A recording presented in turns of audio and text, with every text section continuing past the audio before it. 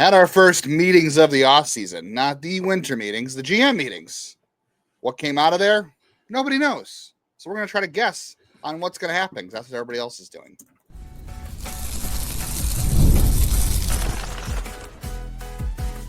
You are Locked On Guardians, your daily podcast on the Cleveland Guardians. Part of the Locked On Podcast Network, your team every day. What came out of there? Friendship. Most important gift of all. And something that everyone would be willing to trade for a chance to sign Roki Sasaki or Juan Soto this offseason. I want to thank you all for joining us. Today's episode of the show is brought to you by Game Time. It's Justin's favorite. Download the Game Time app, create an account, use the code LOCKEDONMLB for $20 off your first purchase. Yeah, maybe all the off-season moves were really the friends we made along the way, right? Mm-hmm. I 100%. That's how they added. I hear Parker Mujniski. I'm just going to get his name wrong from the start. Is an awesome friend. Gives great hugs. That's what I hear. He's a good listener. Just like Austin Hedges. That's great.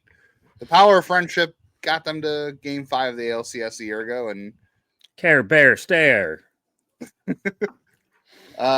So the winter meetings, the GM meetings were last week. We'll kind of talk about the lack of news that came out of there. And first, we're going to talk about the Shane Bieber market. The free agent prediction contracts on him are just all over the place. So we're going to get into that situation. Then Roki Sasaki is going to be posted by his team in Japan, and there are some ways that impacts Cleveland. No, not signing him. Yeah, but Jeff does have some interesting insight and news on how his posting and him coming to the major leagues next year is going to impact or could impact Cleveland in a good way. Not that he's going to pitch here, but not for the Guardians, but in a potentially good way for them. 100%. We want to thank you for joining us. We know there's a lot going on in the offseason, and you may not have to tune in. So we appreciate everyone who is tuning in. We appreciate all of our everydayers, guys like John and David and Aaron and Steve. Yeah, we have our go-tos, Moving Target, the like. But I'm Jeff Ellis, one of the original hosts here on Locked On. When they wanted someone to talk about baseball, for some reason they reached out to me. I don't know why. I know you don't either. My daughter was pretending to podcast in the share earlier today, and she was like, and I know more about baseball than my dad. Like, okay. Yeah. And now she's like all of you commenters, apparently. There. But I want to thank you for joining. I was also a lead draft and prospect analyst featured on the John Stash Hour show when I wrote at Scout and 24/7. I'm Justin Lau. Yeah, for some reason they also reached out to me after they reached out to two other people to co-host with you, even though they didn't know we knew each other. That was fun. That was a great story. They didn't know we knew each other. Nope. I've been covering the Guardians minor league system since 2007. If you're new here, and if you're not new here, you know that already. And you might have read me at places like Guardians Baseball Insider, the News Herald, the Morning Journal. I will have some preliminary Rule 5 analysis coming up this week at the News Herald, so stay tuned for that as well. I've also got some stuff coming over next year in Cleveland. I got some prospect awards that I'm handing out, and we'll probably talk about that on the show at some point too.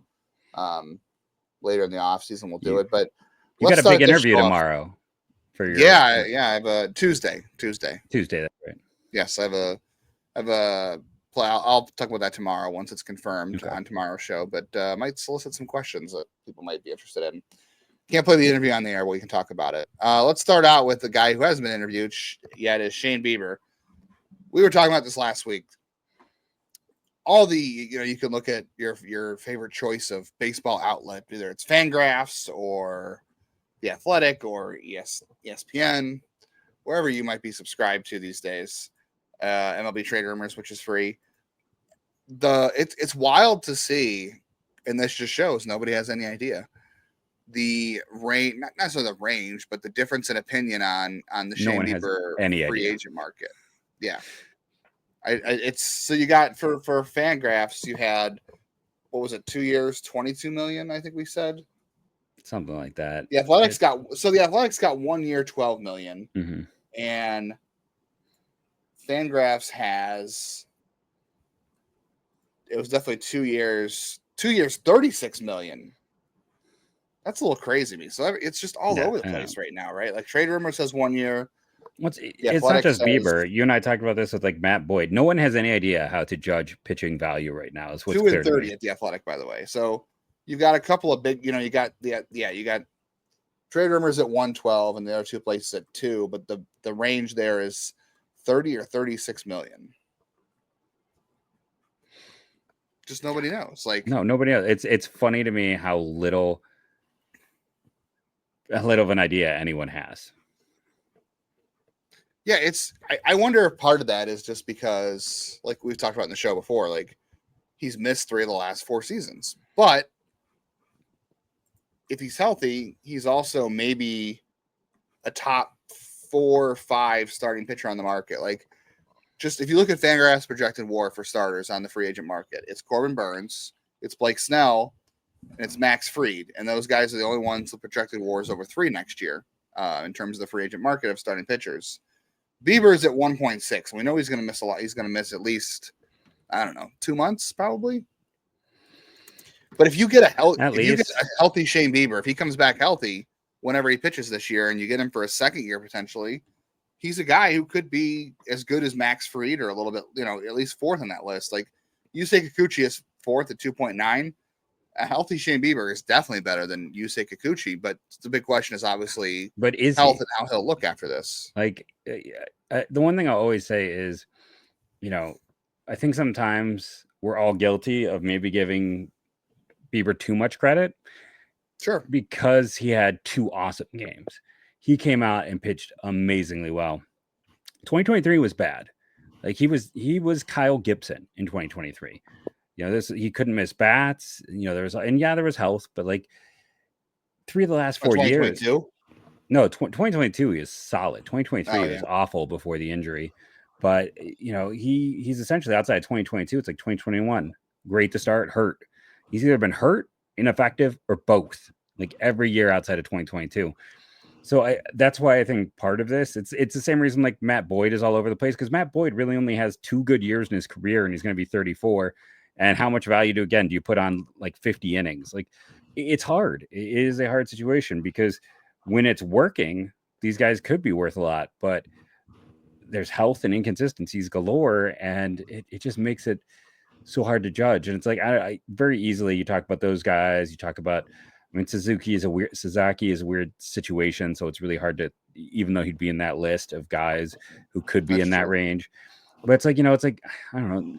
For next year, I'd rather have Manea. I'd rather have Kikuchi. I'd rather have Severino in spite of his health issues. Like I'd rather have a lot of guys on this market.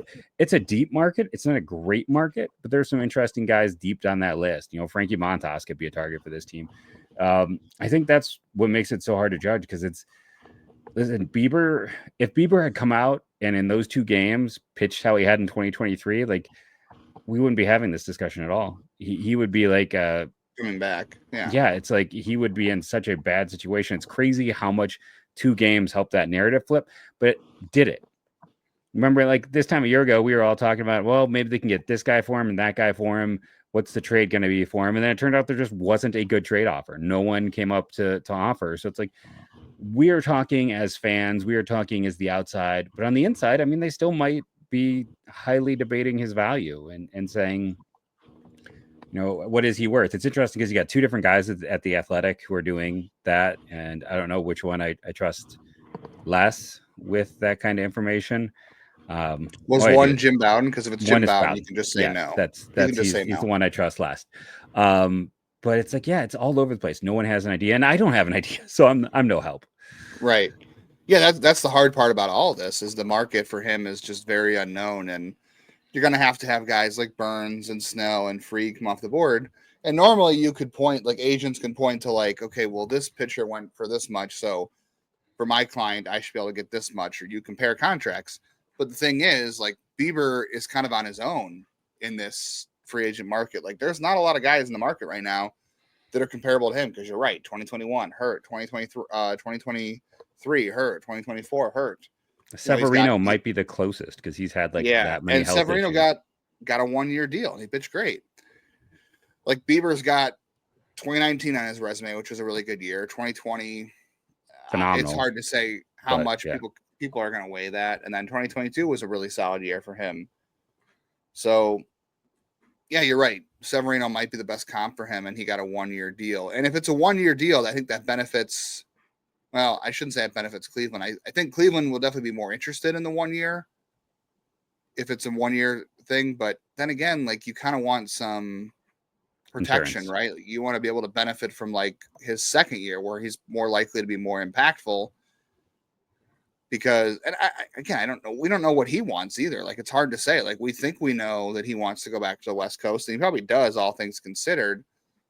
But at the same time, in terms of contract, like, does he want to lock himself in for that second year? Because that's more likely to be his best year coming off of these contracts or off of his situation.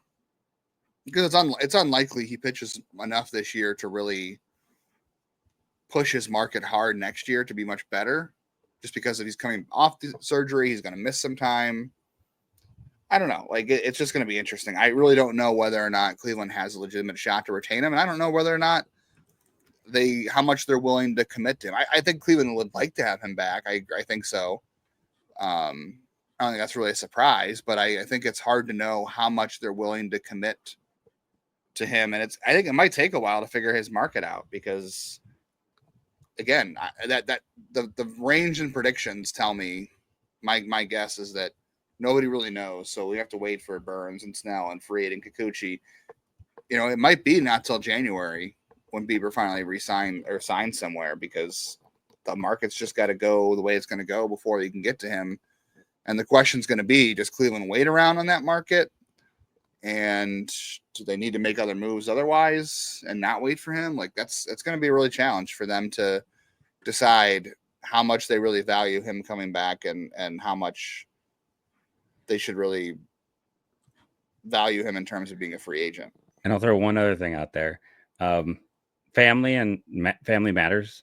And yeah, shame, absolutely. And anyone who wants to sit there and say it shouldn't is a fool. Anyone who thinks that like a wife shouldn't have input is a moron.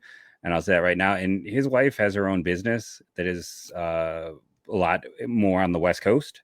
And I think stuff like that does matter. It's like Arizona and California based. Just went and looked it up. She's from California as well. So I do think a lot of that also does make a situation where they could be more tempted to go West Coast. And early on, I heard that was kind of his desire. Now, I think that's changed as he's willing to consider anything, because it's been a rough few years. I don't think anything is out of the cards, but I don't know. I really do think I expect to see him in Dodger blue at some point next year. That's my best guesstimate right now. If he was smart, he wouldn't go to the Angels, because I wouldn't trust anything they do there. No, you should not. And he is smart. I can't see him doing that. No, I think for sure. Maybe it comes down to the Dodgers and Guardians. Or, and you know what? Maybe there's a world where he ends up with the Diamondbacks if they make some other trades, which we can get into on Trade Talk Thursday. Yeah, we'll talk about that on Thursday a little bit more. There is another name we have to talk about, though, that was mentioned at the I almost said winter meetings again, at the GM meetings. There's so many meetings. I wish the meetings actually led to anything. And that's one of the things we're going to talk about. It's how the meetings led to nothing, all coming up next. But first, a quick note from our good friends over at FanDuel. Get ready to tackle NFL action with FanDuel, America's #1 sportsbook, because right now new customers can bet $5 and get $150 in bonus bets. For those who are not good at math like my co-host, that is 30 times that $5. If you win, the FanDuel Sportsbook app gives you everything you need to place live bets on NFL all in one place. So when you get a hunch in the middle of the game, you want to check out latest stats, view play-by-play, and so much more on the same page where you can place your bets. So just visit FanDuel.com to join today, and you'll get started with $150 in bonus bets if your first $5 bet wins. That's FanDuel.com. Never waste a hunch and make every moment more with FanDuel, an official sportsbook partner of the NFL.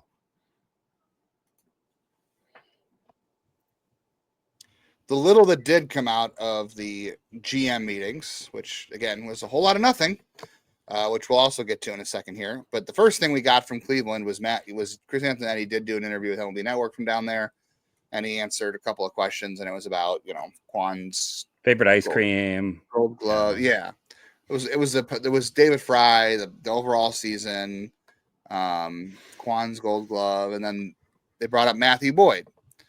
And Antonetti did say, we'd love to, we hope Matthew Boyd is a Guardian for, some years to come. That's an interesting statement there. Years to come. Right. More than one. Yeah. And that's, again, this is another one where the predictions are kind of a little bit all over the place. Like, I think the Athletic, did I see the one was 1 year? And yeah, the Athletics got him at 111, and Fangraphs has him not even ranked. So, and what does Trade Rumors have? Didn't they do like 2 for 25? Yeah.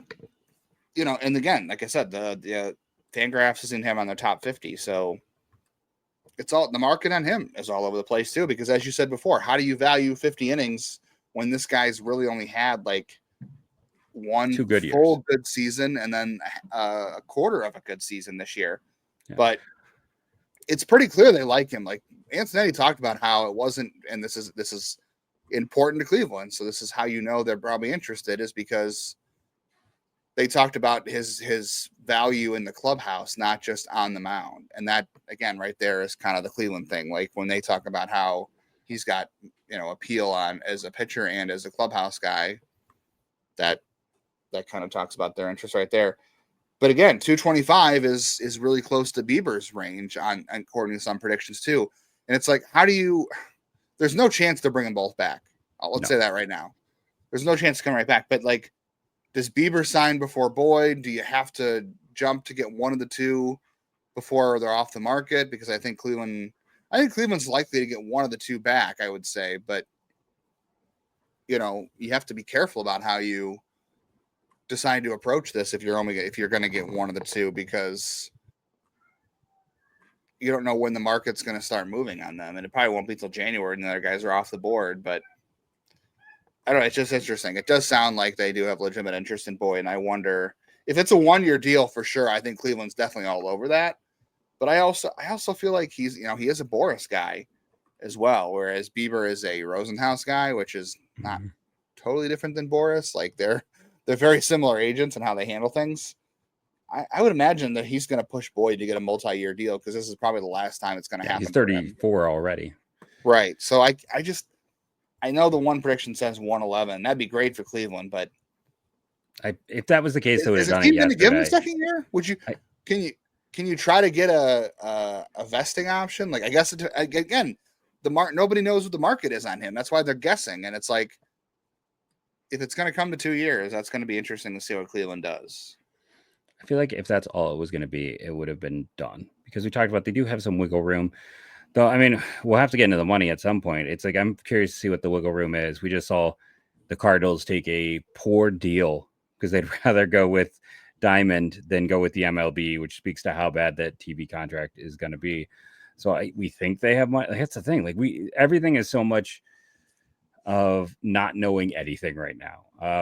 Because the money situation is just hanging over all of this. It's like, I think that for me, at least, the other degree is just like, Matt Boyd hasn't been good. Like, he had 2 years over 2 WAR in his career. And yeah, some of that's health, but like, you got older health and a guy who's struggled with effectiveness. It's like, I don't know, like normally that is not a guy who's getting 10 million a year, but maybe I don't know what the right approach is. Like, I would like to keep him, but for me, it's like, I can't believe it's going to cost something like 222 with the second year being a vesting or mutual option with like a $2 million buy. Any of these pitchers, there's going to be a junk year at the end that's a mutual option for both sides, where the player gets another 2 to 3 million. Like that's almost a guarantee on any contract. So it's going to be, guaranteed this much. But yeah, I just, you got to be careful. And again, I think like the thing that makes all this really hard for me, it's just like, I have no idea. I'm really at a loss for where they're going to be financially. Yeah, because they are going to MLB. You're right. The Cardinals preferred. They took a 25% pay cut.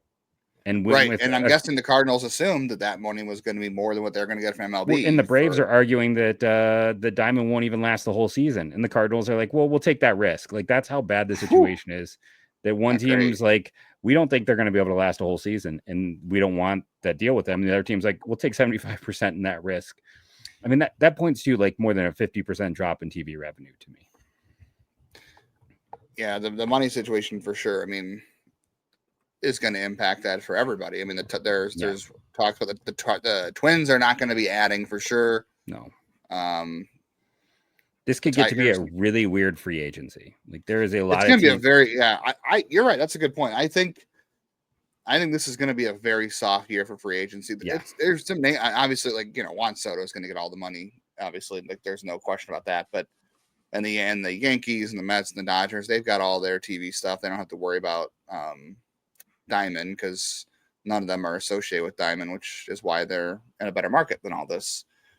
But yeah, it could be an interesting year for free agency because the prices might be a little more depressed than normal. In sports, yeah. Sports life, many areas. Yeah, if Boyd really, if it's a 1-year deal, I would bet Cleveland would be really interested in that just because, like you said, the second year always there's a big risk, and Cleveland's never been shy about 1-year deals. They don't care about that. They're willing to take the hit on a short year. It's the long term that always burns them, and free agency is a sucker's bet unless you're signing, unless you're getting the top of it. I think if Boyd was getting 1 and Bieber somehow was getting 2, I would think they'd prefer Boyd's 1. Yeah. Just because then you're not stuck with the uncertainty with Boyd. Like, I think they'd rather, I don't know, like, maybe it's just going to come down to money. I don't know. It's hard to say. And again, this is why it's, we're not really giving you any real information here because nobody knows. Nobody knows what's happening because these are the two names. I know you mentioned like Frankie Montas, and there may be some other names out there too, but like these are the 2 names that are most likely to come back to Cleveland. Montas might be an interesting option. Maybe there's like Andrew Heaney. We talked about Michael Lorenzen a little bit. I don't know. Kyle Gibson's 37. Like I would not go there. Yeah, I think this is really your 2 options, and I'll be interested to see how they sell the health of these 2 guys and their things. The other thing we saw from the GM meetings was that this is from Bob Nightingale of USA Today. So it's just Bob. Yeah, take that with a grain because Bob. But one anonymous executive talked to him and said that there were no rumors. Like there was nothing. Usually after the GM meetings, you start to hear like things marinate, and you're seeing some stuff start to the groundwork being laid for some future deals. And the anonymous executive said there was like nothing, no groundwork for anything for the most part. And there was a lot of talk about how the White Sox and the Marlins being the only teams that are quote unquote stripping down for their rosters. Everybody else is looking to acquire major league players and get better, whether they're in the middle of the pack or they're in the playoffs from last year. And they were talking about how trades may not be this offseason, may not be prospects for major leaguers. Teams may have to resort to trading for major leaguers. And it's just not something we've seen in a while. And I don't really know how that impacts Cleveland's roster building situation. Like they have some depth to trade from, right? Like we talked about the bullpen last week. But they don't really have infield guys who are at least a little bit interesting. Not much. Like it's bullpen and nothing else. Like they don't have starting pitching to trade from. They don't have offense to trade from. It's literally just the bullpen. That's like the only place. So if there's major league, if the only option of trading for guys in this winter is really major league for major league, that's good for Cleveland in terms of if they want to sell a bullpen arm, if the market's good. But if other than that, it's not great because they just don't have much else to offer, unfortunately. No, I agree. Yeah, it's going to be interesting. The market is a mess. It's partially because of financials. It's partially because of the unknowns. It's partially because the guys at the top are going to hold things up. But what I do know is we're going to take a break and come back talk about one of the guys who might hold things up. It's just a really weird situation. I'm kind of making Justin do this because I think in a way, even though Roki Sasaki has no chance of landing in Cleveland, I think he can impact the Guardians in 2 separate ways. Yeah, stay tuned for that in just a second. Well, you can check out Roki Sasaki maybe at some point in the future pitching in Cleveland, not for Cleveland. That'll be a hot ticket to watch for on Game Time in 2025. In the meantime, check out Game Time Picks. It makes getting tickets to your favorite teams play live even easier. Look, Cavs tickets right now are going to be really hot. So you might want to go and see this team before they lose a game, which, hey, maybe that won't be until June. Who knows? They might go 82-0. They're going to run the table. Why not? We need some hope to look forward to these days. Game Time Picks filters out the fluff to show you the incredible deals on great seats. You don't have to waste time searching for thousands of tickets. And not only that, we know, again, tickets prices go down closer to the event starting. So right before tip-off, check Game Time. If you want to go to the game, head downtown to your favorite spot, grab something to eat, hang out, and say, hey, look, the prices on the Game Time tickets, they came down. We're going to go over and catch the Cavs play or anybody else. So take the guesswork out of buying tickets with Game Time Picks. Download the Game Time app, create an account, and use our code LOCKEDONMLB and get $20 off your first purchase. Terms apply.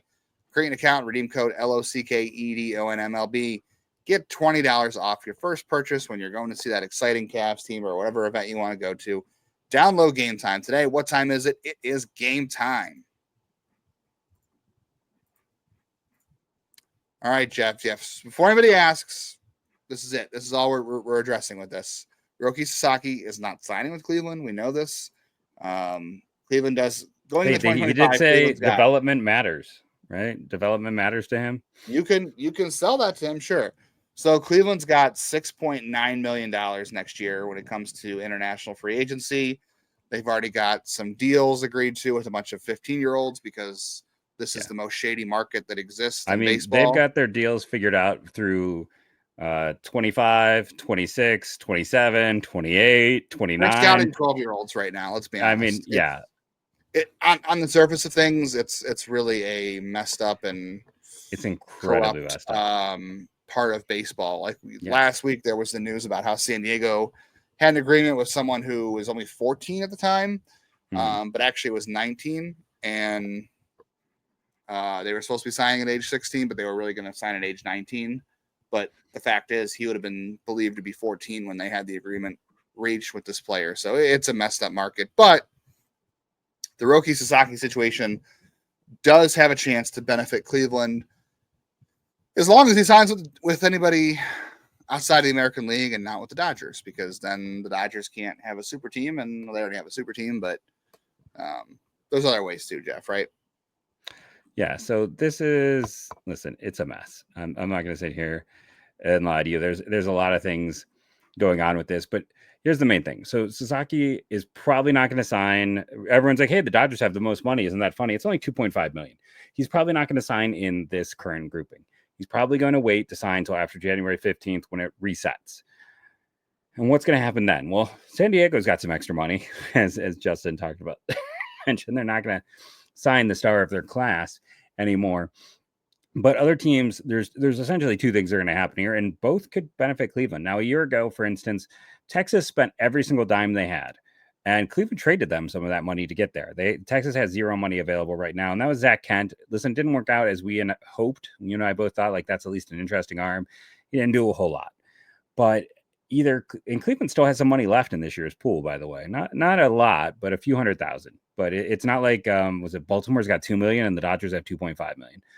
So that's a lot left. Cleveland is in the second biggest pool for next year, for those who are curious. And if the thing with Sasaki is his team, I believe it's Chiba Latte. I'm probably saying that name wrong. He's going to want to do well by them. They did, supposedly unconfirmed, there was an agreement when he was drafted first overall that they would post him when he wanted to be posted. He had an interest in coming over, but this means that team is not going to get the money they should get for a pitcher of his caliber, because essentially this is not even like when Ohtani came over and they had to pay a $20 million posting fee. It's, I believe, 25% of whatever he signs for, then a separate check is cut to the Japanese baseball team. So that doesn't count for your pool. That's just a second amount. But that means that, I think they are doing him a favor. He is going to want to get, everyone always wants to get more money in free agency, but I think there's also that, not just about him, but also wanting to do right by a team that did right for him. So let's say you are the Dodgers, your approach to getting more money, or if let's say it's, like maybe he decides, hey, the Padres, they got Yu Darvish. They're a fun team on the rise. They got Ha-Sung Kim, who was Korean a few years ago. They've had inroads in that market. just the Asian market in general over the years. So maybe, the Dodgers have to compete against them. Well, maybe Cleveland has some extra money and they can use some of that money in a trade with the Dodgers to get them, some pitching depth, maybe get a starter who would be interesting. Maybe the Dodgers, there's a deal to be had that way. So that's one way that this could benefit Cleveland, is that a team comes calling and Cleveland maybe has, I don't know what they have promised. That is one of the areas I skip over. I am not an international free agent guy because it is so far away. It's just the time investment is not worth the payout, in my opinion. Now, if you love it, hey, kudos to you. I'm not yucking your yum. For me, the payoff is not worth it for me. So I don't know. I mean, there are people out there right now who could probably tell you exactly how much they're going to spend. Like that is already, everything is not signed. It's sealed and delivered. The signing will happen after January 15th, and then they'll be yours. But until then, it's all speculative. Now, the other thing is teams could all of a sudden use the situation with the Padres to be like, listen, we don't trust the ages on a whole bunch of players. We're not going to honor these contracts we discussed. So there could be players additionally who now don't have the contract they were promised and might re-enter the free agent market, as it were, even though they've never technically left it. So Cleveland could maybe have, they never spend all of their money in free agency in the international market. So they spend most of it. I don't want to hear people making cheap comments. They might at the same time be able to go and sign a few players that don't have a home anymore. So that's the other way it could benefit them. They might be able to add some more depth to their system, or they might be able to trade some of that money to help the team sooner rather than later. It's especially going to be, the one thing that won't affect is, we talked about how they always tend to do a trade on the day you have to set rosters for the Rule 5 draft, because I do think, again, I could be wrong, and you can come back and point at this and be like, ha, you got it wrong. I don't think he is going to sign before January 15th. They'll post him before then because they have to. But I think they will, everyone's going to work out the deal where he signs after the 15th. Because again, even if you took all of the money out there, I think there's less than $7 million in international total pool money left, which again is probably still more than he's going to get anyways. And why wouldn't he come to Cleveland? Because none of these big guys go anywhere other than the coast. They typically like to go to a place with a large community that is similar to their ethnicity. They like to go to the West Coast or the East Coast, because they're not going to make any money, but there's better chances at endorsement deals that way, and there's better exposure, which again, when you are going to get the same offer from everyone, guess what? LA and New York has an advantage. It is a better market for publicity and for commercial opportunities. So there is an innate advantage for those teams. And New York has been good at the major league level of pitcher development, and they've been increasing in their minor league level. The Mets, not as much. Seattle could be interesting. They had a long history back when Nintendo owned the Mariners of getting quite a few players over, and they've been excellent at pitcher development. And again, Sasaki specifically talked about pitcher development and I believe comfort as well. So we'll have to see. The Dodgers do stand out though. Yeah, so that could be one way Cleveland adds this offseason, is, like you said, they can trade some of their international bonus money, depending on what deals they already have locked up, and see if they can grab a couple players. Maybe it's depth, maybe it's something else, but they tried that, like you said, with Zach Kent. So that is an option for Cleveland. And look, there's going to be a lot of teams very thirsty for Roki Sasaki, and who wouldn't be? He's a great pitcher. I know a lot of people say, well, why can't Cleveland just sign him? And Jeff just laid out all those why nots. And, we'll see. I don't know what the guy wants. The last time Cleveland had a player from overseas like that was Masa Kobayashi, and that was 2007. He was horrendous. And that's not even, they haven't gone back to that well. I mean, they've done stuff in the minors, deals. They've had prospects like Yu Chang and Lee Jian-Chu. Yeah. Kazuhiro Tadano. That was even longer ago. Yeah. But they have not gone to that market in a long time. So they haven't even gone with pitchers who are coming back from Korea or Japan. They really haven't done that. The retread. Ben Lively. Well, that was before he was at the Reds. Yeah, I mean, he went to Cincinnati on his comeback. They haven't even. So they're not even scouting over there. It feels like it's the guys go over there. And okay. But you don't need to really scout Roki Sasaki.